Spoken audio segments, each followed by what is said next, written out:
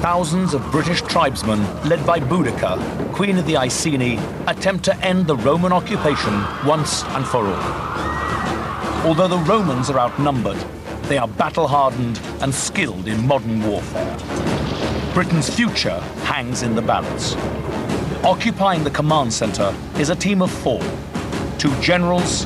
Get the cavalry into that group there. And 2 lieutenants. That was a trick to make us go in and lose all our troops. Here they will refight this landmark battle, using state-of-the-art technology against the greatest generals of the ancient world. This is Time Commanders.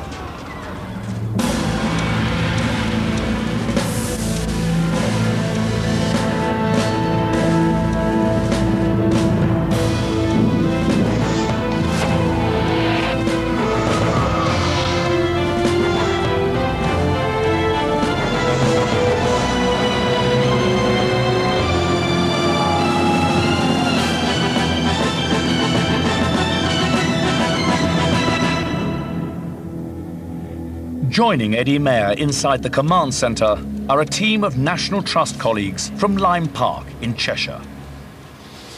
Now, you all work in a stately home, don't you?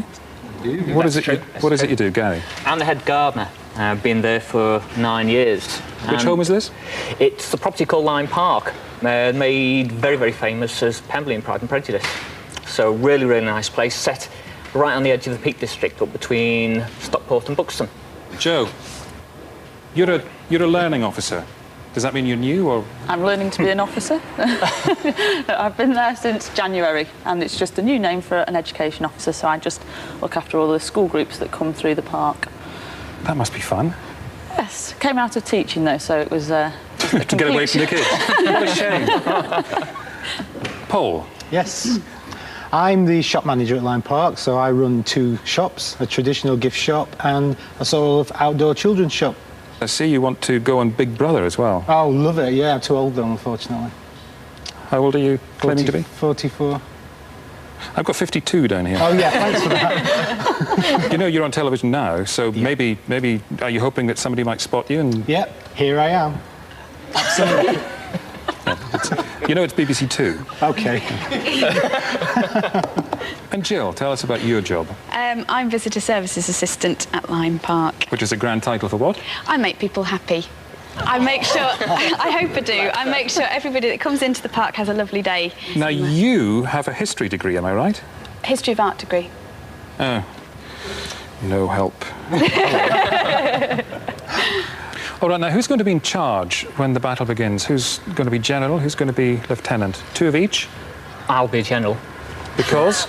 I'm general. I'm talkative, and I do tend to take over. Joe? I think if I could choose, I would be general. I think if, say, we put Paul as a general up here with Gary, they could end up arguing.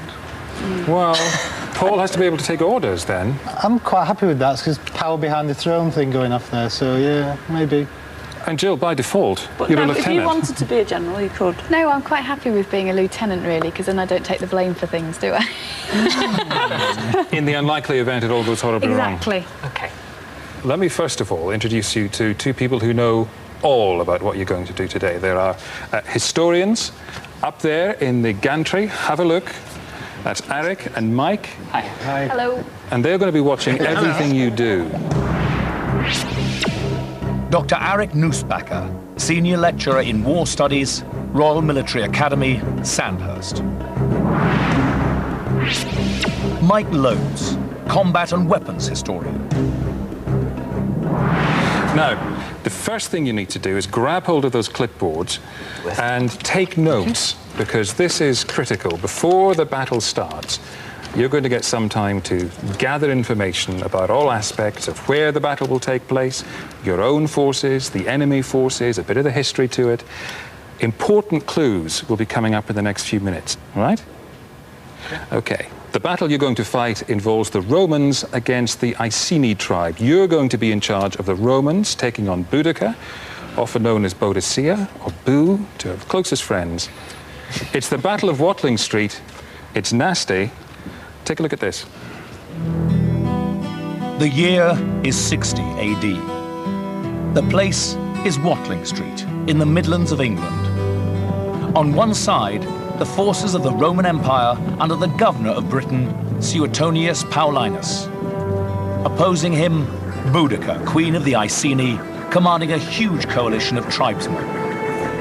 The Roman legion, equipped with expert soldiers, well-trained and heavily armed, was the most advanced and lethal fighting machine in the world, with years of battle experience. In 43 AD, the Romans had arrived in Britain, carving their way through native Celtic tribes. But 17 years of occupation had taken their toll, and the foothold the Romans had gained could yet be lost. The Iceni, from modern-day East Anglia, had initially sought alliance with the Roman invaders to protect themselves from hostile neighbors. But when their king, Prasutagus, died, Rome seized Iceni land and disarmed the tribe by force. His widow was Queen Boudica, now leader of the Iceni. When Boudica protested at her people's treatment, the Romans had her flogged and her daughters raped. Seeking personal and political revenge, Boudica raised a coalition of more than 60,000 Iceni and allied warriors, determined to drive out the occupying force. Boudica struck first at symbols of the Roman occupation, burning the cities of Colchester, London, and St. Albans. In battle, the Iceni tried to terrify the Romans with a single massive charge. In addition, the fast and nimble Celtic chariot was used for skirmishing and harassing the legions. But their tendency to fight as individuals rather than as a group put the Celts at a major disadvantage when faced with the disciplined Roman lines. The empire ordered the governor of Britain, Suetonius Paulinus, to crush the Iceni rebellion. Already busy campaigning in Anglesey, now he raced to meet Boudica in central England. Suetonius and 10,000 soldiers assembled to the side of Watling Street, the Roman road which stretches from London to North Wales. Boudica arrives with more than 60,000 warriors. Stirred up with hatred of the Romans, the Iceni would rather die than lose the battle. If Boudica prevails, she could destroy more than half the British Roman army, avenge her honor, and come one step closer to ending Roman occupation. If Suetonius wins, he will crush all opposition and secure the western frontier of the Roman Empire. If he loses, he faces torture and certain death. The stakes are high, battle is imminent. Was that useful? Yeah, very. Yeah. What did you learn? We have 10,000 Roman troops battle-hardened. And the Iceni are very angry, aren't they? They're extremely cross. Yeah. Miffed. They've got no strategies, have they?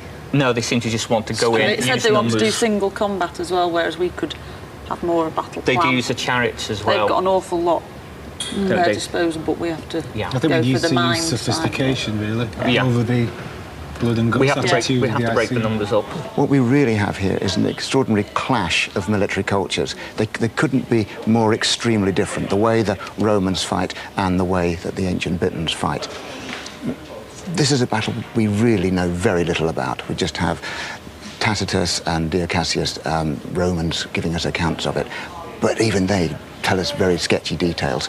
You've seen some of the history, the build-up to this big grudge fight that's going to happen, for which you're vastly outnumbered. Let's have a look at where we think the battle took place.